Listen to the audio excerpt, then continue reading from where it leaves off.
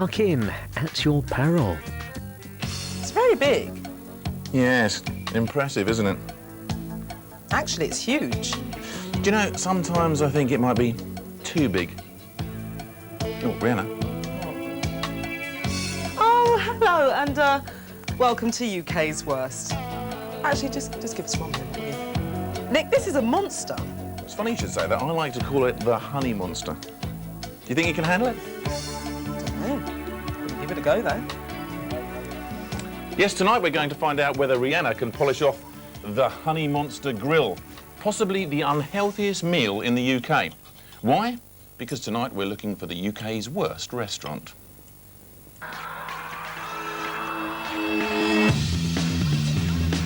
Tonight we're undercover across the UK, hunting out rotten restaurants and desperate dinners. There's the upmarket restaurant that buys cheap meat off the back of a van, the Chaotic Kitchen. There'll be more on that meal dubbed Death on a Plate, and the takeaway with the toilet you'd rather not know about. But you know you want to, really. As we hit the road, expert judges are gathering in our control centre to view the nominations and pick a winner. That's UK's Worst. You nominate, we investigate. Right, Rihanna, you've got to finish that by the end of the show, OK? You all right with that? Good. Don't worry, everything will be explained. Now, last year, the award for UK's Worst Restaurant went to a terrible takeaway that was prepared to buy illegal meat from the back of a van owned by us and driven by Mike here. How you doing, Mike?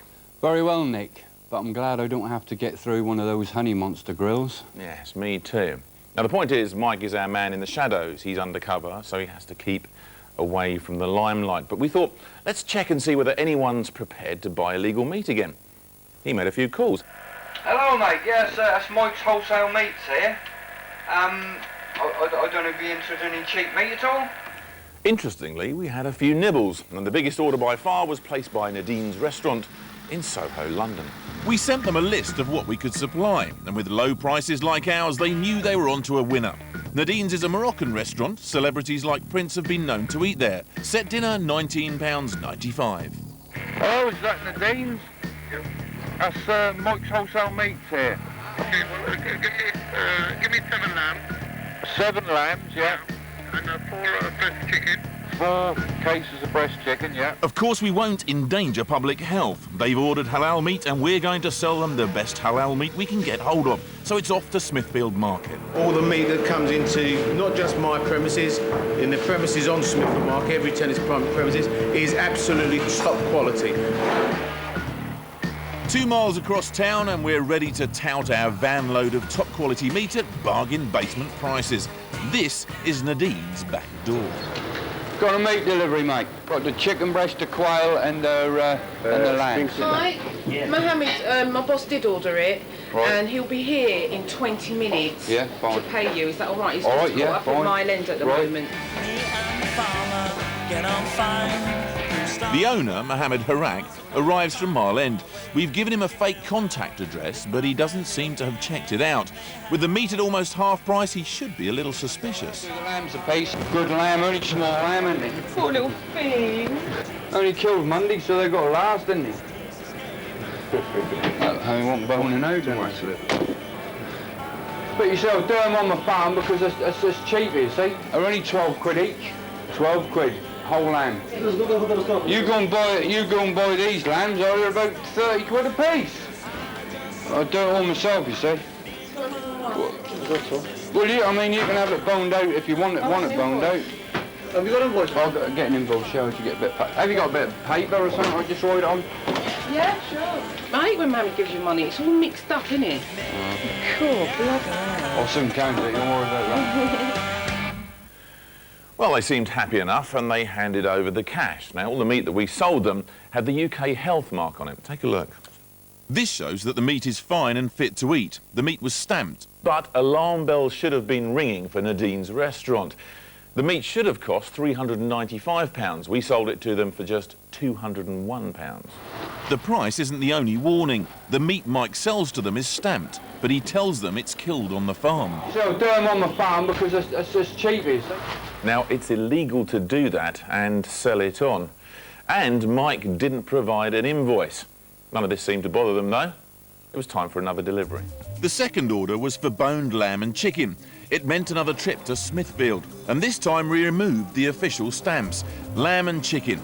We made it all look uncertified. Will Nadine's turn Mike away with meat he can't prove is fit to eat? That's a little bit of bun in there, but look, that's all done over. Look, all boned out. Fresh lamb. No inspection. I do it myself. 160 a kilo. They're not inspected. That's what. I mean, you can't. You pay £3.50, don't you, a kilo? That's what they pay. Okay, and the whole chicken. You get a whole chicken at all? No. Do you know The whole chicken? Chicken wings. chicken wings, is it? Yeah. And I'm sure I'd order chicken as well. Oh, Mr. Harak loves our meat. He doesn't even look for the missing stamps before the deal is done. In fact, it looks as though he's also ordering for, well, who knows where. Half the chicken is whisked back upstairs to a waiting car. Where we gotta go? Just gotta take some at his other restaurant. Get this in here. Where's that going? Up here. Look. Mr. Harak supervised the operation and was ready with the cash. How many lobs have you got this time? 167 kilos. 208. Okay. That's why it's so cheap, because I kill it on the farm, you see. OK, so they took it, even though Mike made it perfectly clear the meat hadn't been inspected. Could it have been a one-off mistake? Well, it's getting interesting. OK, we'll make one more delivery just to make sure. In the meantime, let's see what Rihanna's up to. Here at UK's Worst, we've spent months searching for rotten restaurants. Oh, it's a glamorous lifestyle that led us here. Southend-on-Sea, Essex. Just a few hundred yards from the buzz and excitement of the promenade, we found this little place, To The Mews. To The Mews offers traditional English cooking, chintz and chandeliers in the dining room, and three-course dinner for £15.50. We'd been told that behind the elegant facade, their kitchen is a danger to public health, with smoking over the food, using out-of-date products, and storing food in unhygienic conditions. As soon as we heard about To The Mews, we just had to investigate. Time to get a job there, I think. The question is, who could we send in there? Fish and chips twice, was it? Heard you the first time. Very funny. Oh, no, too terrible to even think about. So we sent in a real woman, someone who knows about waiting on every whim and fancy. She's done a few shifts there and brought back some secret footage for us to have a look at. So, Sue, tell us what you saw. OK, that's the owner, Mr. Hardy. Nice rip in his sleeve there. Lovely, very attractive. Yeah, the place is really cluttered. We've got bad storage problems. Here you can see a chicken defrosting, stuff stored on the floor, cutlery. There's some meat there being stored with a melon on top. Under the sink? Under the sink. And what's this we're seeing? This is outside. That's the bin. There's pans on the floor. You're telling me that they're storing food next to the bins outside? Yeah, they store food there. It's a real mess. Can you see lettuces there?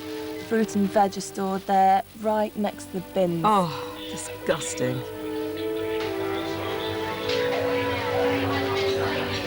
OK, well, This is napkins being reused.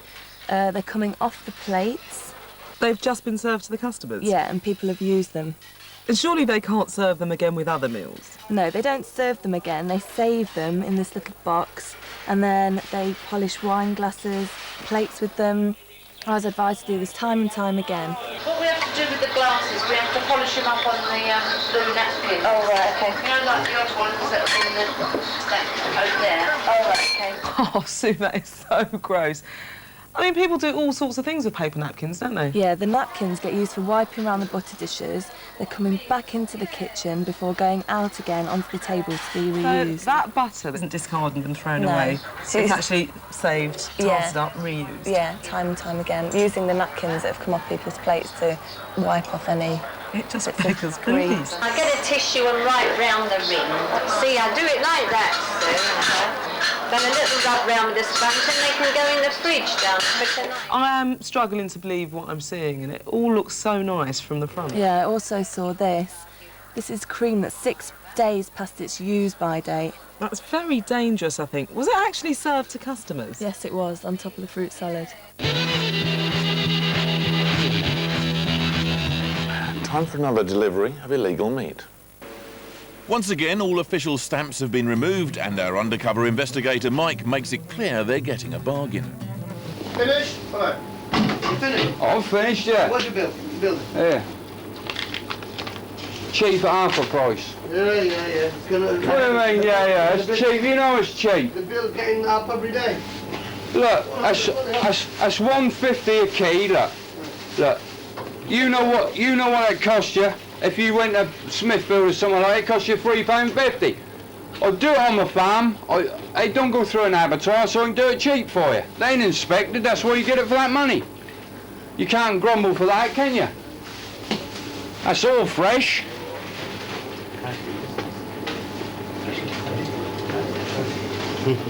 Thank you. All here. So that's 3 deliveries of meat so far, and Mike's made it perfectly clear that that meat has not been inspected. Meet Paul Povey. He's a consultant environmental health officer. It's amazing, isn't it? They're still buying dodgy meat. Yeah, it is amazing, really, because I didn't think anybody would get caught out again. Here they are, not at all concerned about where the meat came from. They're only concerned about price. This meat could have come from diseased animals, animals which have died in fields, obviously not from legitimate sources, which means they're bringing diseased meat into the kitchen that could potentially lead to contamination of ready-to-eat foods and, of course, food poisoning. Mr. Harak told us that as the first delivery of meat had all the correct British standard stamps and all the meat was good quality, he was happy that all the deliveries were up to the same standard. He says Nadine's did everything possible to ensure the meat was of high standard and that they have never had problems with their food. Now, more from our waitress at To The Muse, who's done 6 shifts there. Sue. That's the wash basin that they're supposed to use for washing their hands. Now, all kitchens have to have a dedicated wash basin that's used for hand washing only. So this wash basin shouldn't be used for anything else. Is that what happens here? No. I worked there for 6 shifts and I saw it used for all sorts. OK, so what's being highlighted here? He's rinsing his knife. The sinks that then get used for storing dirty utensils, pots and pans, that sort of thing. The meat dish goes in there. OK, he's just throwing everything in there. So he's piling stuff in the sink? Yeah. They drain the vegetables in there, add tap water to meat before reheating it. On another occasion, there's cooked meat sitting in there.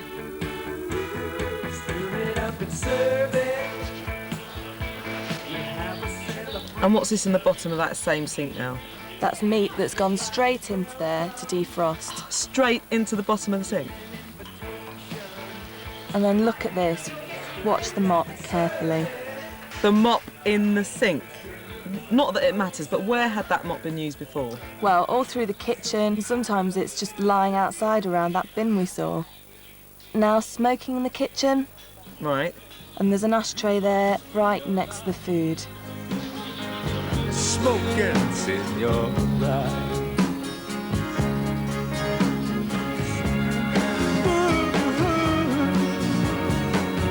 So I smile and say, when the lovely flame dies, smoking's in your eyes. Thank you, bye-bye.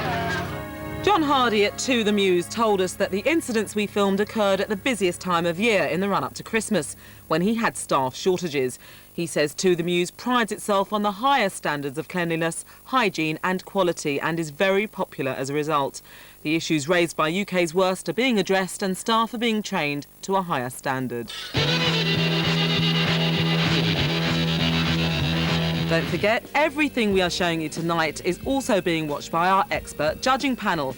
At the end of the show, they'll decide who will receive the UK's worst award. But first, Death on a Plate. Ah, Rihanna, how you getting on with the old Honey Monster grill? Enjoying it? Actually, don't answer with your mouth full. Let me introduce you to the man who invented it. Ray